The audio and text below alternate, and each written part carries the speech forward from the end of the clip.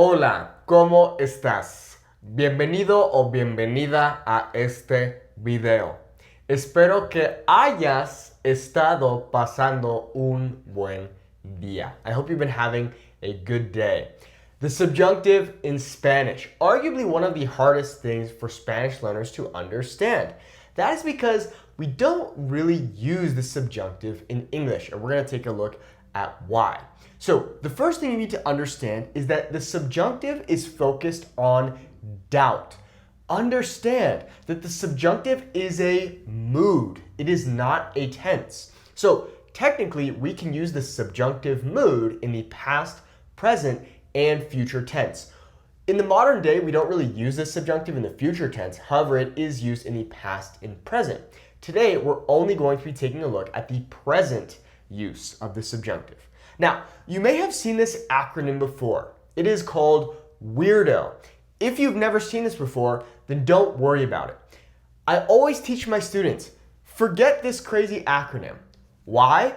When you are speaking Spanish with someone, you're not going to think, oh, is this a weirdo verb? Let me think about this situation. It's just not going to happen. The easiest, quickest way to speak quickly with people using the subjunctive is remembering that the subjunctive is simply used for doubt. Now, we're going to take a look at some examples in a second, but first I want to show you how to conjugate the subjunctive in the present tense. So, all we do is we take a verb in the present tense indicative in the yo form, and we add the opposite ending. This is kind of the fun thing about the subjunctive in the present tense. So we have hago, I do, and then because it is an ER verb, right, hacer, meaning to do or to make, then we're going to attach on the opposite ending like we normally would in the present tense. So if we take a look at an AR verb like hablar, meaning to speak, we would put it in the present yo form, so hablo, and then we would add on these new endings. So yo hable, tú hables, él, ella, usted hable, nosotros hablemos, ellos, ellas, ustedes hablen. I've omitted vosotros here as most students are learning a more Latin American Spanish. Okay?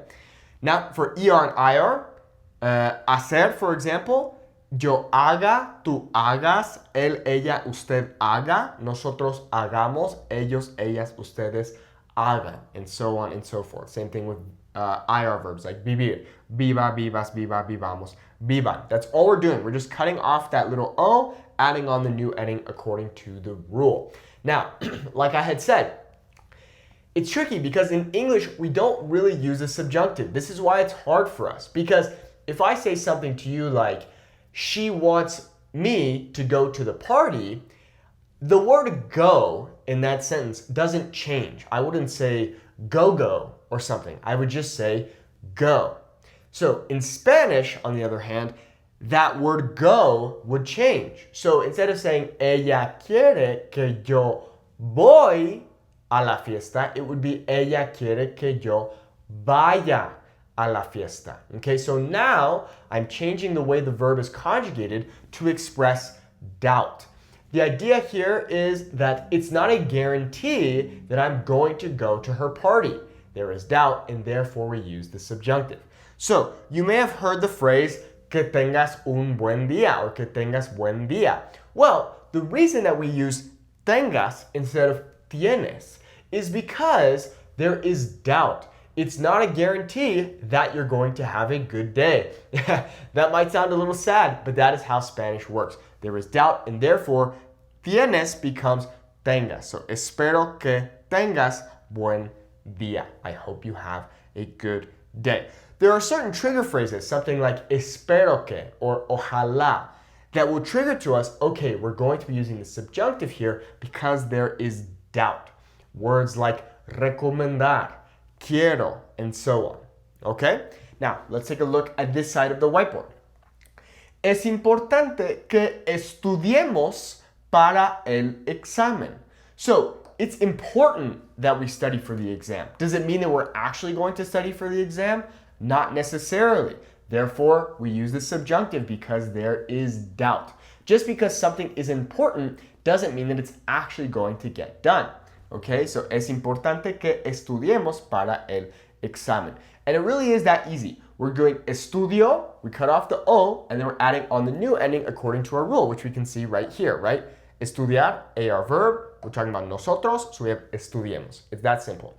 If you're familiar with the regular present tense indicative conjugation, so like o, as, a, amos, an, o, es, e, hemos, en, and all of that, this is going to be a piece of cake for you because all you're doing is flipping them, okay?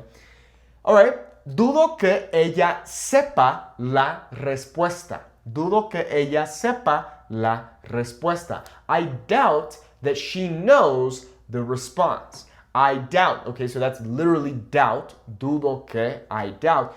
But what's going on with the word sepa? Nate, I thought you just take the present tense yo form and then you do it like that. What's going on? Well, sepa is one of the 6 irregulars that we have when it comes to the subjunctive in the present tense. So we have dar, estar, ser, haber, ir, and saber. Those are kind of the most common irregulars that you're going to see in the subjunctive, okay? So, ella quiere que yo le dé el pastel, right? That would be irregular, de. Yo quiero estar donde estés. I want to be wherever you may be, okay?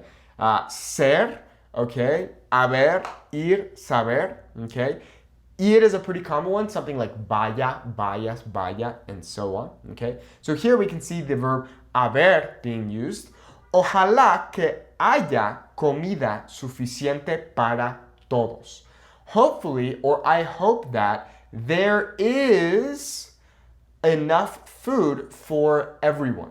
Okay, so remember that haya can mean to have something, okay, like I have been there, okay, not to physically have, that's tener, okay, but we also have the idea of like there is, or there are, or there was, okay.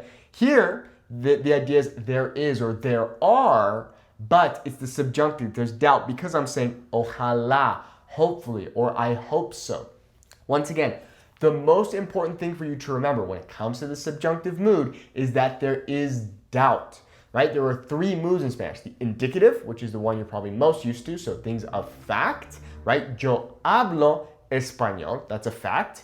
The subjunctive, which is what we're talking about here. And we also have the imperative, which is essentially just commands. So like, habla conmigo, speak with me. Anyways, that is a quick review of the subjunctive. I hope this helps. If there's one thing that you're going to remember from this video, let it be that the subjunctive is used for doubt. That is the easiest thing to remember because when you are having conversations in the real world, you're not going to think about some random acronym. You're going to think, okay, doubt, right, cool, boom, there is doubt. Subjunctive, done. Remember these conjugation tables, study them, it will take some time. And if you're still struggling with the subjunctive, no worries. It's the last thing that I learned in Spanish, and it's arguably the most difficult and confusing for Spanish learners. Pues muchas gracias por ver el video. If you want to join my Fluent Spanish Speaker Academy, you can check out more in-depth lessons on the subjunctive and you can also get practice exercises. Not to mention we have more than 200 students who are inside the academy getting results. Our goal is to help you have a 10-minute conversation in 90 days without feeling nervous. Bueno, muchas gracias. Link in the description. Espero que tengas buen día y nos vemos muy pronto. Hasta luego.